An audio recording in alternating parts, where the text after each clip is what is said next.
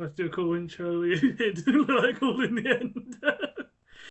Liverpool, Chelsea, and Man City all lose. Arsenal win and go a couple more points clear.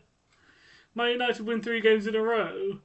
And Sunderland and Bournemouth are in the top 5. Are they going to get you in football? Well, only time will tell. Welcome to AfterMatch. Welcome to another episode of AfterMatch. I'm on the wrong page. Well, yes, I've just got out of the bath. This is this series where I go through all the Premier League fixtures and just say what I think about them, really. So, without further ado, let's get started on Friday night. Who Leeds versus West Ham? West Ham looked awful against Brentford on Monday, which I think I mentioned last time. Then they had the other big 8 o'clock game on the Friday for facing a Leeds United side who just lost to Burnley. And Leeds United ended up going 2-0 up within the first 15 minutes through Brendan Harrison, which was his first goal since the Chelsea 3-0 game, which I unfortunately remember quite fondly as a Chelsea fan. Well, I don't think fondly is the right word, to be honest. And then Joe Rodon. The funny story, I forgot to actually change my fantasy team and I left him in, and now I don't regret it at all.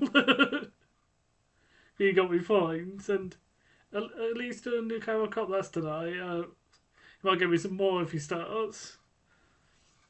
Here's my face. Yeah, for people, if this is your first episode watching this, it's completely unedited. Everything that can go wrong will go wrong. Whether it's my phone thing, things my phone going wrong.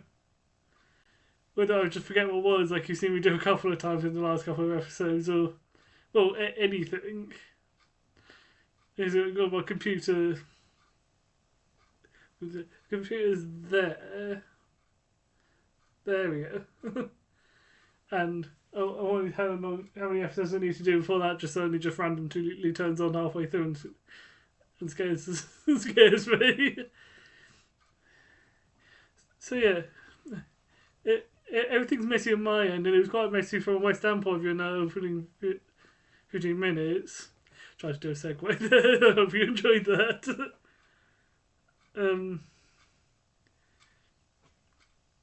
And yeah, the first half was horrific from West Ham, but they were definitely much better in the second half, where Mateus Fernandes, I think, that's his name, scored in the 90th minute, and it could have got something from it, but it probably came about 20 minutes too late. So yeah, I've seen in the news that they're going to stick with Nuno. It's like, he's only been in the job 27 days, and I know people say, oh well, Andrew's in the job for 39 days. You had Les Reed in the job for 40 days. It's like, I don't think they're going to be that harsh, West Ham, because I just don't think their squad's good enough, to be honest. And you can tell by the fact that just the fans' reactions to the last 2 defeats. Like at half time of this game, I think a bunch of West Ham fans were by the tunnel saying you're not fit to wear the shirt. Which, I don't know what you think about that, but whether you think that's a good thing to chant is whether, but the truth of it, if you're chanting that, it means you're not really doing that well. So yeah, West Ham are second from bottom, only getting more points than Wolves. I've said this a couple of times. It might not be the case, but at the moment I can definitely see Wolves and West Ham both going down. So yeah. So that was Friday night. Now let's move on to Saturday night. Saturday all day. Right, Saturday night. Sort of feel like that cat was just trying to sort out the night again. End up not doing anything. So yeah, I think for a while I'm just gonna have a really light side of my face, and then one of those just where there's no window. Hopefully, if this gets some traction soon, I can sort this out. But hey, on to Saturday, and of course we have to start with Chelsea Sunderland, which I'm very frustrated about. So Sunderland ended up winning the game thanks to Chelsea and Talby. I was happy at the start of the game. We got Garnacho getting his first goal for Chelsea. A goal which I think Ron Rose probably should have done better with. But I've seen this a couple of times already. Sunderland looked good. But the one thing that annoyed me, and I'm going to try not to make this a massive rant, but I just want to get this out there, and feel free to disagree with me. So the reaction I saw on social media after this game towards Ender Maresca was dreadful. Like, we no matter the opponent, we were on a 4-game winning run. We beat Liverpool, and we got a couple of really good wins in there. And everyone was lauding Maresca as like, we got our Chelsea back and stuff like that, and everyone was like really crediting for his like substitution as his tactics. But of course, with Chelsea, which I've found like multiple times during my time watching Chelsea, the phrase is usually every team is 3 games away from a crisis. Sometimes I feel like with Chelsea fans, for what I've witnessed, we're never one game, or one bad press conference away from a crisis. Yeah, it was a frustrating game.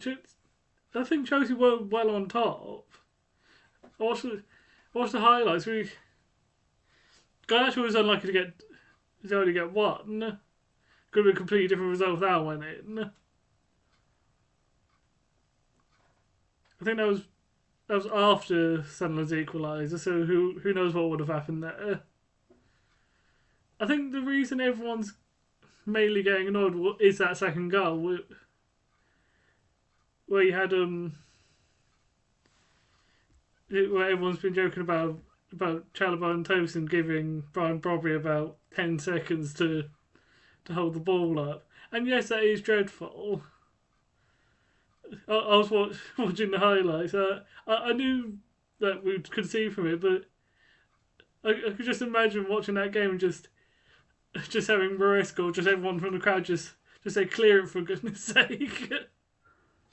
But we didn't, and Chalobah said afterwards that we switched off. Don't know if that's like a self-realisation, saying, oh, I switched off and everyone else switched off. We should have done that. But yeah, I think you cannot put this on Maresca at all. I think the other reason is the fact that he took Josh Acheampong off, which I thought was a bit bizarre. But he wouldn't have taken him off for no reason. And also, it's not a sort of question he needs to answer. If he thought it was the best course of action, then that's his decision. It didn't work, and he just said, and he's the type of person who would accept that. Of course, I'm probably just going to get a bunch of Chelsea fans probably disagreeing with me. But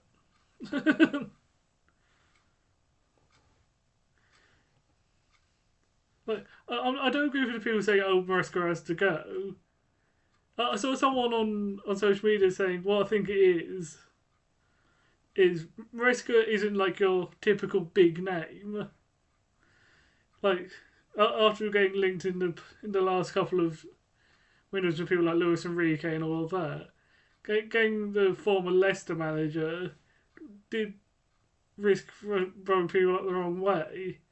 And some people are just even the season later just try and find any excuse to get him sacked.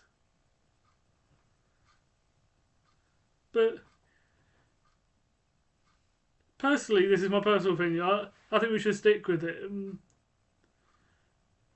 I can't see who we'll bring in anyway. Probably Racina from Strasbourg, because it's like the Blue Coast stuff. But yeah, I think it's ridiculous to try and to sack him now when we've got no one clear to come in. And I just want to quickly talk about this, just a quick side tangent. When it comes to like, who comes in, I see a lot of people essentially saying, just sack the manager, bring in this manager who's already got a job, and we'll all be fine. You have to remember, this is like, some people forget that the celebrities and managers and footballers and all, whatever, like, you get a point. They're all human too, so this is like a human interaction. If he turns around and says, I don't want to manage the club because of this, that and the other, then that's his decision. So I think just the best idea, I think is what they're doing in a minute of, leave to the end of the season. If it's all gone wrong, then yes, let him go. But I do like to see the fact that we're not trying to jump the gun anymore. Because we saw how that ended in the 22-23 season. So anyway, Sunderland played well. We'll get quickly wrapped up before this ends up being just about 50 minutes of me just getting really angry. Sunderland played well. Sunderland would definitely stay up. I've seen some people trying to say, but Hull got the last team we did. Hull they finished 17th, so I don't. So I think they'll end up roughly around mid-table. I don't think they're going to be in any danger at all. I think that with Sunderland, with the way they're playing now, I think the biggest test will be next season. See what happens there. So yeah, congratulations to Sunderland. Chelsea have Wolves tomorrow, I think. It's tomorrow or Thursday. And then we got Chelsea Spurs over the weekend, which is like a perfect game to bounce back. So hopefully we do, from a Chelsea fan point of view. So anyway, moving on, Newcastle Fulham. This was a potential banana skin for Newcastle, but they overcame it well. Well, I say well, it took them to the 90th minute. But let's look at the stats. Yeah, they're like possession. Possession means nothing. It was rather even. But if all the stats are in Newcastle's favour. I don't know what that noise was. But yeah, so Jacob Murphy got his first goal in like ages. I can't remember how long.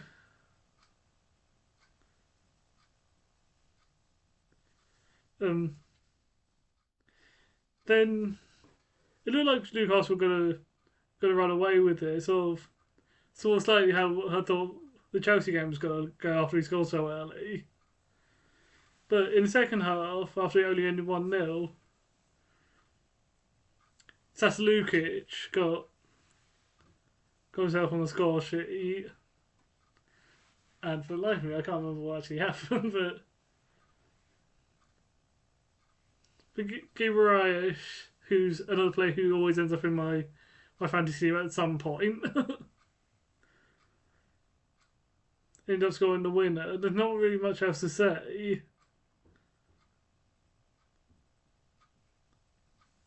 Like, I'm not really going to judge the positions of all the teams in a minute, because apart from Arsenal, who are on 22, Bournemouth are on 18 points, so they're second.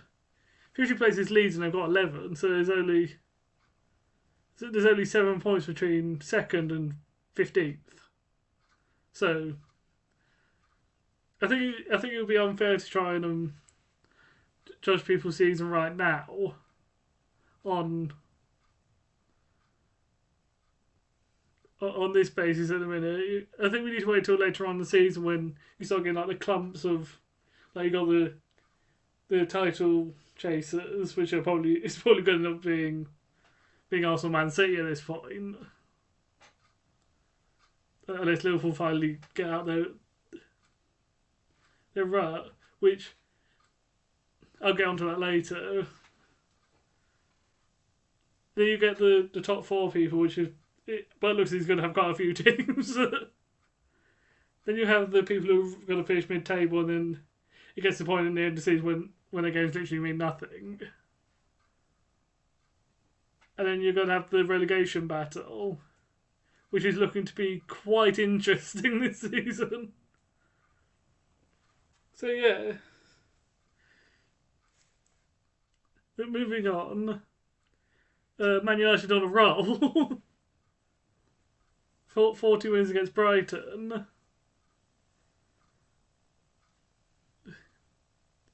I thought Mateus Cunha has been playing well in the last couple of games, and he finally got his first goal. Brilliant curling finish. And then Casemiro, we've seen so many of that type of goal in the Premier League, of taking a pot shot from about 25 yards out, and it taking a deflection. There's nothing the keeper can do. Perfect example being Chelsea Ajax game, Caicedo's. And Casemiro got the same sort of luck. And then I was so hoping that the next goal would be Brighton's one, but it ended up being 3-0 with Brian and Burmo. And then this is when it started getting interesting. Because then Welbeck scored a free kick, and we were like, oh, that's their consolation. Then, I had to hope I pronounced this guy's name right. Lampos Costulas made it 3-2, and I was like, hang on, they couldn't, could they? There was 7 minutes out of time, and there was still 5 minutes left. So, who knows at that point? Oh, by the way, sorry if it's a bit dark now. It's like I'm just trying to do it all on my laptop, so that's why it's not that edited, because I don't know how much space is on my laptop. I end up trying to do it on my computer at some point. I don't know. We'll see. Anyway, going back to what I was talking about, I thought they couldn't. They couldn't, could they? But then Brian Burmo scored in the 96th minute. A beautiful dummy from Bruno Fernandes. And yeah, that guy on social media might be getting a haircut soon. They've got 2 winnable games up next, so it's entirely possible. Anyway, moving on to the last game. In my predictions thing, I thought I was being bold with the Brentford Liverpool result. I saw someone in the comments that Liverpool were going to thrash Brentford, which as soon as I made my prediction and uploaded it onto YouTube, I was already preparing for me to be really badly wrong on that one. But no, I ended up being wrong, but the other way. Brentford 3, Liverpool 2. And I just want to take a little bit of time to talk about is it Michael Coyote? I think that's his first name. Yeah, Michael Coyote. His long throws are stupid. that first goal. Me and my mates watching the game were literally watching it, we're like, Jesus Christ. His throws are good. Like, the long throw is back. Which is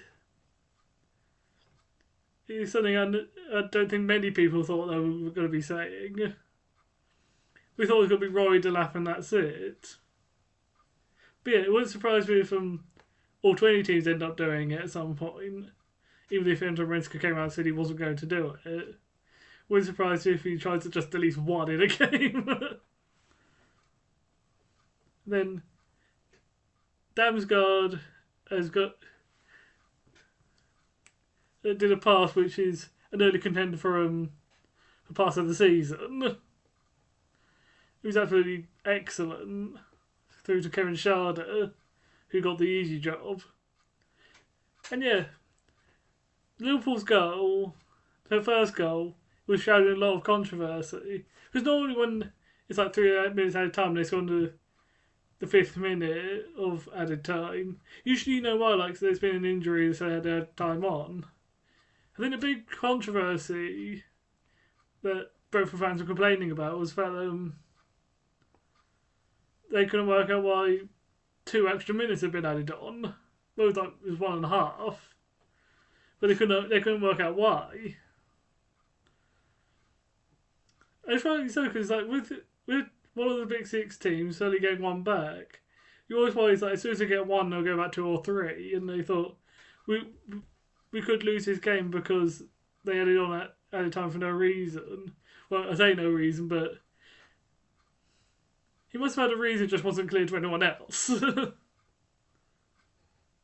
But luckily, many Brentford fans' worries were quickly quashed by Igor Thiago getting a winning penalty, which also had a bit of, well, not controversy, it was just a bit something I don't think I've seen in a long time. They gave a free kick, and then VAR went, "Hang on, this is in the box." It was on the line, I think, and I think it's the phrase like the line favours the attacker. So they had to give a penalty. Igor Thiago coolly finished it, even though he stacked it afterwards. But it was very coolly finished, and yeah, Brentford were on track to make Liverpool lose 4 in a row.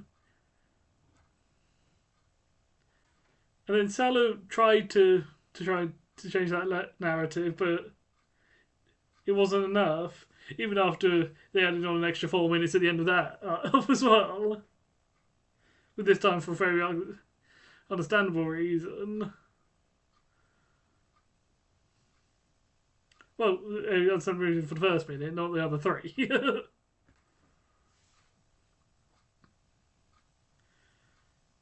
So I think I read somewhere that it's the first time they've. It's the 4th time. It's not the first time. It's the 4th time that their team, who just won the league, could end up losing 4 games in a row, and the previous 3 have been Liverpool, Man City, and Leicester. So Liverpool have done it twice.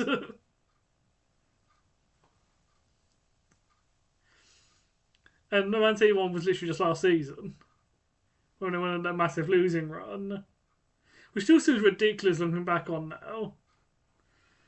And this seems slightly ridiculous as well. Liverpool's next 2 games are horrible. They've got Crystal Palace in the EFL Cup tomorrow, which might be the one I'm watching. Then they've got Aston Villa in the league. Then you've got a Champions League victory against Real Madrid, with the 07 Graces all at home.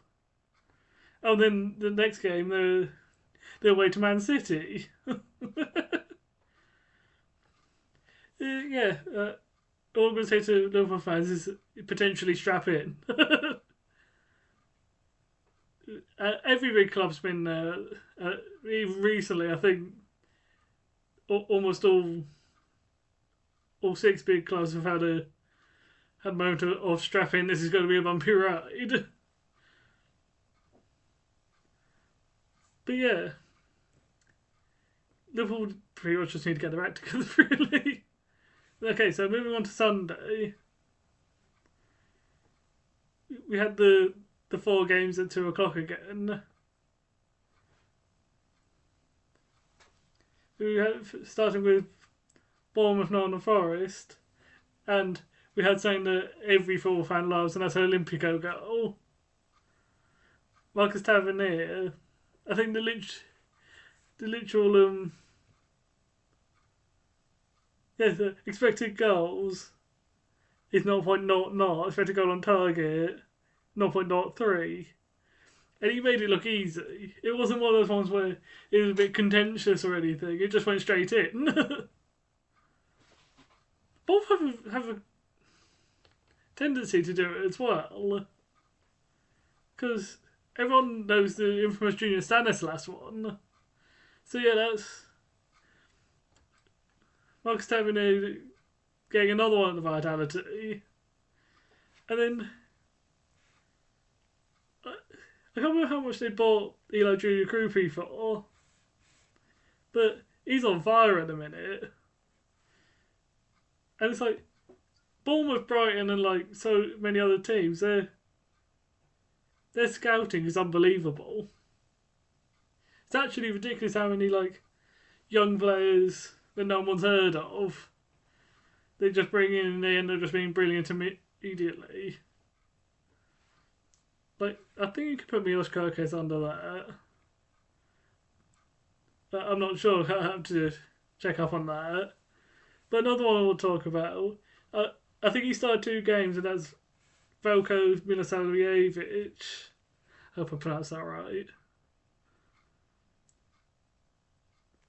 He's been solid at the back. I know he only got 6.7 as it says here, but he got so many plaudits on his first game, and yeah, he could be a good backer for Bournemouth or any other club. They go, hey, can we borrow him? Who knows? So moving on, we've got Arsenal Palace. Arsenal Palace, who was, you see, I know we're Chelsea fans, so I should be one of the people going, oh, set piece FC and stuff like that. But look, if a team's going to win the league, they need to find a way to. And if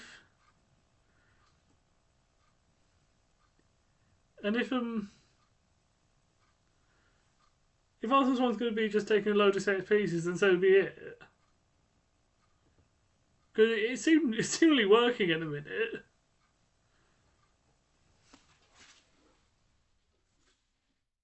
So it just says everything's fine. It's probably not picked up on this, but yeah, it was another set piece, and probably the last person Chris Palace needed to score. That being Eberezer. It's like it was a volley, but I think if you watch the replay, I'm not having a go at him by the way. He's come off his sort of like shin pad and gone in, but he did well to like motion his body so he actually can get a shot on target, and it worked brilliantly. You can tell how little chances both sides had, but just looked on this and Darren Ryan got man of the match.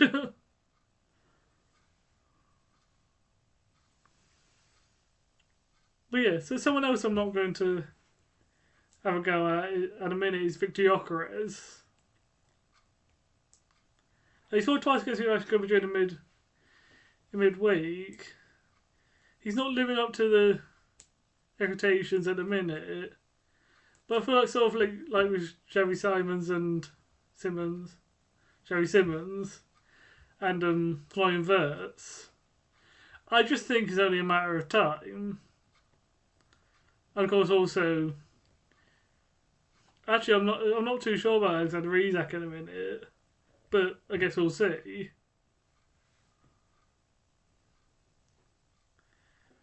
But yeah, I definitely think Trispo could have got something from that game. Like it was a game that was short on chances for Crystal Palace, but I feel like on another day they could have easily got something from it. Anyway, moving on. If you look at the head-to-head, last 3 home results, including this one. 6th of December 2023, Aston Villa 1, Man City 0. Score Leon Bailey. 25th of December 2024, Joanna Rogers won it 2-1. And then, over the weekend, 1-0 Man City Matty Cash. The Polish wonder. It was a wonder goal, by the way, actually. that Donnarumma was going to get nowhere near it. It's with the form that Man City were on at that point. I was like, oh, it's only going to be a matter of time before it comes up everyone saying, oh, Man City have scored, but it didn't happen. Aston Villa got a win against Man City for the third home game in a row. And yeah, in the end, it's probably been a fantastic day for a couple of days for Arsenal. You had Liverpool, Man City, and Chelsea all losing,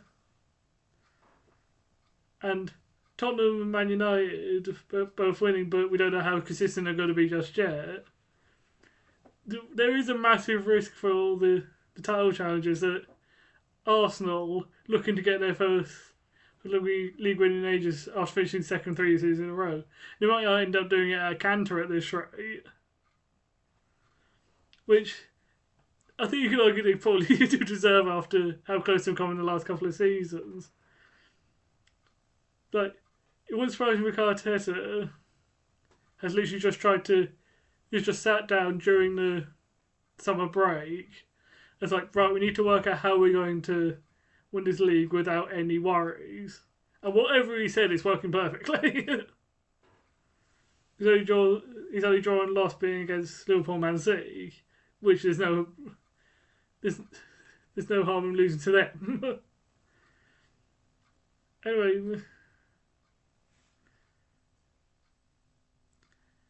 Anyway, moving on, we've got a very interesting. This is what you call a relegation 6-pointer. Wolves versus Burnley. Wolves on 2 points, and they will stay on 2 points after Burnley won right at the end. It started off brilliantly for Burnley when they had Zian Fleming. Millwall fans will tell you how good he is. Like, it was really finished the first one, and you're free to disagree with me on this, but I genuinely think Sam Johnson probably should have got close to it. But it's along the ground, goalkeepers hate it, so that might be the reasoning, and unfair. I might be being unfair to him, so I'm not going to delve into it too much. And then, second one was well-worked goal. Well, they both were. And we were like, oh, here we go again for Wolves. You could literally hear the boos when the second one went in. Then Wolves got a penalty, which Strand Larsen converted. And then Marshall Menezes scored in the 45 plus 4 minutes, the 4 minutes of added time. And we were like, they could do it, you know. And then nothing happened. It was actually so strange just not seeing any goal updates until the 95th minute of added time, when Lyle Foster, the South African,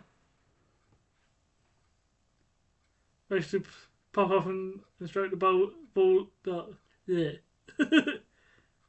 stroke the ball into the bottom corner. And yeah, I saw the video of the aftermatch after the game. Aftermatch. I don't know what's an aftermatch. Aftermath. After the game. I've messed up twice in the space of about 15 seconds. I told you everything that can go wrong will go wrong. So yeah, the aftermath after the game, it was he had Peter Pereira and Jorg Strømberg having to be dragged away from the Wolves supporters who were rightly not happy. I think they're going to, like West Ham are sticking with Nuno, they're sticking with Peter Pereira, which I'm not sure how I feel about that. I feel like he's going to be on his last warning, though. If he loses like next 3, then he's going to be in trouble, I reckon. Because you don't want to go, well, it's match day 9, so you don't want to be the team that goes 12 games without a win. And you just know Wolves are going to get their first win against a team no one expects. Hopefully not Chelsea tomorrow, like that's not in the league. Fulham, it could well be against Fulham. Could be well against Chelsea next weekend after. Who knows? But it's not looking great for Wolves in a minute. We're on to the end. I thought Grealish is back. Everton were going to get a chance. If you looked at my predictions for Matchweek 9, I put Everton 1, Tottenham 1, but it ended up not being the case. As Mickey van der Ven managed to get 2 headers in from pretty much the same distance out. He managed to get 2 goals with like a combined distance of about 2 yards, or 4 yards even. And it both brilliantly worked. He just got himself in there first. I like how Gary Neville was so like bemused about how much power Bentancur got with his shoulder for the assist for the first one. And Everton just kept pushing and pushing and pushing. I thought if they got one, they might have been a chance. But then Pape Sarr got calmed everyone down, and that's how it finished. Not much really much to say about that, really. Everton were very much banging on the door, but they were taking like a load of pot shots by the end of the game. Like you see that in so many games of just teams getting desperate. But yeah, that's the entire match week this week. Next week we've got 1, 2, 3, 4. We've got no early game again, which means got Monday night game. Yeah. Chelsea Tottenham as we've already discussed. Liverpool Aston Villa will be interesting. Man City Bournemouth could be interesting. And then Sunderland Everton will be quite interesting as well. People are going up against the spoiled side. But anyway, that's it for this episode. And yeah, I'm just really hoping that this takes off at some point. And hopefully by the time it takes off, Chelsea would have found their form again. That was being harsh. It's only one game. But yeah, that's it for AfterMatch today. Basically, see you hopefully next Tuesday, like normal. I've been Chris Coleman. This has been AfterMatch. I'll see you next week.